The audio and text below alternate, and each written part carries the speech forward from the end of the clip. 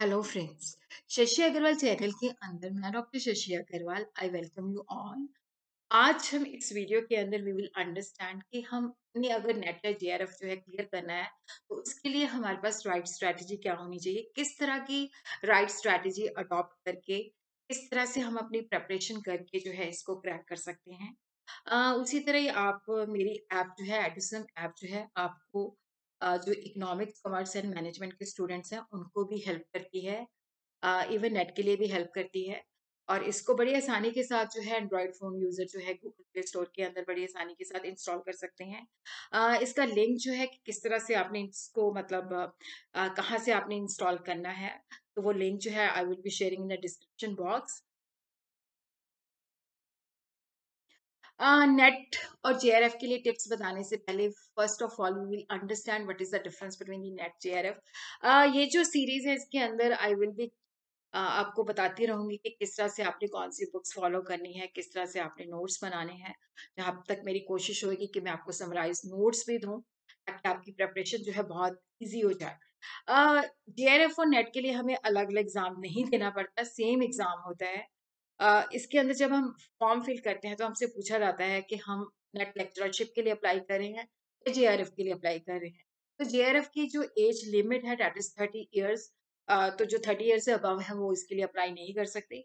जो क्रीम होती है, अ, जिन लोगों का जो नेट के लिए जो कट ऑफ रेट होता है जेआरएफ का उनसे 5 to 7% ज्यादा होता है। तो वो जो टॉप क्रीम मतलब 6% है और वो 6 to 10% जो है वो जेआरएफ क्वालिफाई करते हैं। जेआरएफ का मतलब होता है जूनियर रिसर्च फेलोशिप। जब हम नेट क्लियर कर लेते हैं तो उसके लिए हम क्या है लेक्चररशिप और असिस्टेंट प्रोफेसर के लिए एलिजिबल हो जाते हैं। इवन जब हमारे पास नेट होता है तो हमें कोई भी जो पीएचडी है उसके अंदर भी बड़ी आसानी के साथ जो है रजिस्ट्रेशन एनरोलमेंट मिल जाती है।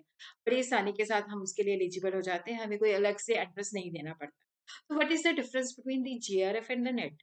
जेआरएफ को मॉनिटरी स्कॉलरशिप मिलता है अगर आपने जेआरएफ क्लियर किया हुआ है, अगर आपको गाइड अवेलेबल है तो आप यूनिवर्सिटी के अंदर जो है अपने गाइड के साथ मिलके जो है रिसर्च करते हो। वहां पे आपको मॉनिटरी स्कॉलरशिप मिलता है 31,000 प्लस आपको 2480 जो है एचआरए मिलता है। 2 सालों के बाद आप सीनियर रिसर्च फेलोशिप के अंदर जो है आपकी जो है मतलब प्रमोशन हो जाती है। वहां पे आपका जो मतलब रेम्यूनरेशन है वो 35,000 हो जाता है, एचआरए जो है 2500 होता है और उसी तरह आपको कंटीजेंसी भी जो है अवेलेबल होती है। जो नेट के बच्चे होते हैं जिन्होंने सिर्फ नेट क्लियर किया होता है उनको सिर्फ मॉनेटरी स्कॉलरशिप नहीं मिलता, उनकी एलिजिबिलिटी बन जाती है और ये जो एलिजिबिलिटी होती है लाइफ लॉन्ग वैलिडिटी होती है। जेआरएफ को विद इन 5 ईयर जो होता है अपना पीएचडी खत्म करना होता है, 5 सालों के लिए उसको स्कॉलरशिप भी मिलता है। तो ये डिफरेंस होता है। So what should be the right strategy? Right strategy, देखो पहले तो क्या है कि हमें एग्जाम का पैटर्न पता होना चाहिए कि किस तरह का एग्जाम आता है जो हमने एग्जाम देना है। मैंने कई बार देखा है कि बच्चों को यही नहीं पता होता कि एग्जामिनेशन का पैटर्न क्या है, सिलेबस के बारे में भी नहीं पता होता। सिलेबस जो है आपको सिलेबस के बारे में पूरी नॉलेज होनी चाहिए।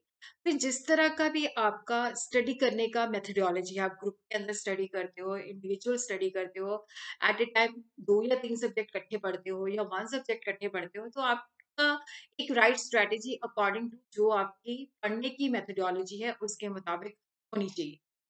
कई बार मैंने देखा है कि जो बच्चे हैं वो क्या करते हैं, जैसे कंसेप्चुअल क्लैरिटी नहीं होती तो क्या करते हैं एमसीक्यू सॉल्व करना शुरू कर देते हैं।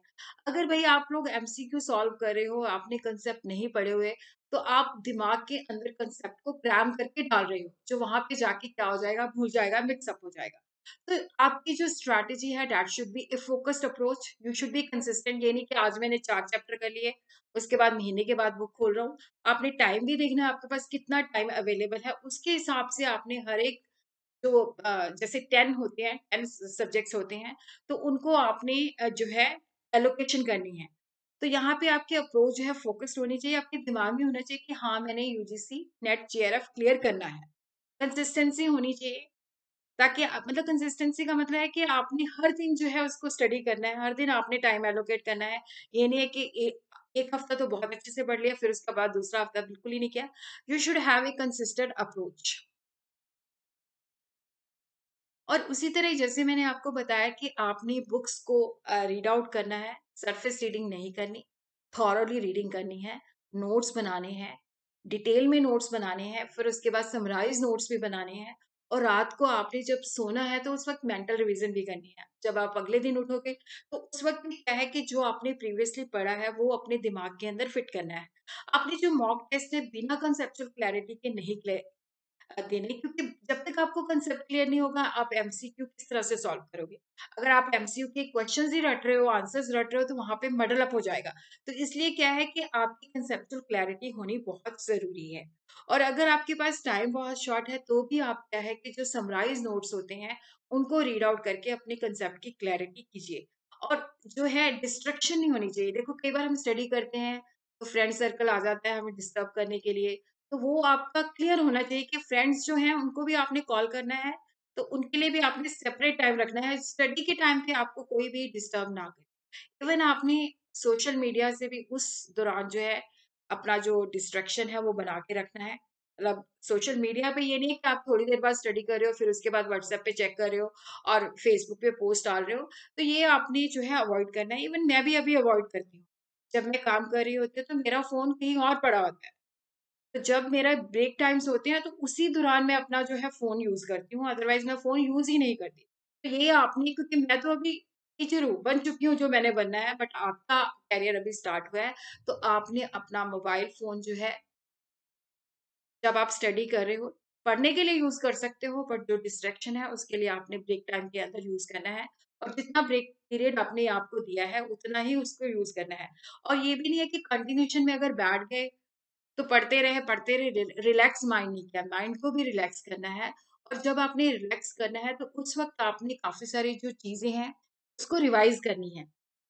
अपने दिमाग के अंदर जो कांसेप्ट है, उसको बिठाना है।